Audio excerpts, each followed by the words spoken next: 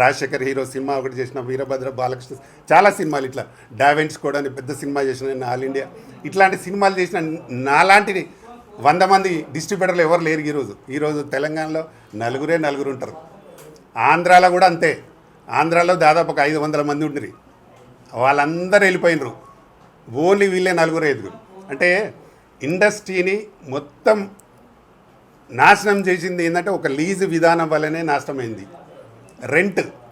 Double rent charge చేయడం, theatre ఉన్నదానిలో మూడు భాగాలుగా వసూలు చేయడం, దానివల్ల చాలా ఇబ్బందులు ఎదుర్కొన్నారు. ఇప్పుడు థియేటర్లతో పాటు థియేటర్లలో తినుబండారాలు చాలా విపరీతమైన రేట్లు.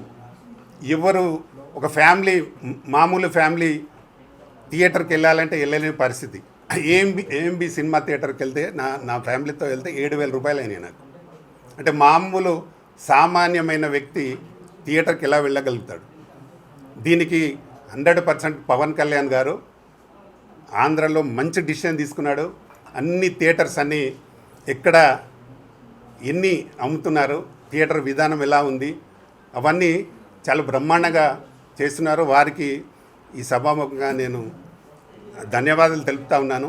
ఎందుకంటే గతంలో ఎన్టీ రామారావు ఉన్నప్పుడు చిన్న సినిమాలకు, మీడియం సినిమాలకు సబ్సిడీలు ఉండేవి.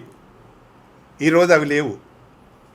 కానీ ఎన్టీ రామారావు లాగా ఈరోజు పవన్ కళ్యాణ్ ఇండస్ట్రీ మంచి చేయాలి, మంచి జరగాలి, ఈ థియేటర్స్ విధానం కూడా పోవాలనే దాని మీద బ్రహ్మాండమైన వర్క్ చేస్తూ ఉన్నారు. వారికి నిజంగా మా తెలంగాణ ఫిలిం ఛాంబర్ తరఫున హ్యాట్స్ ఆఫ్ చెప్తున్నాను.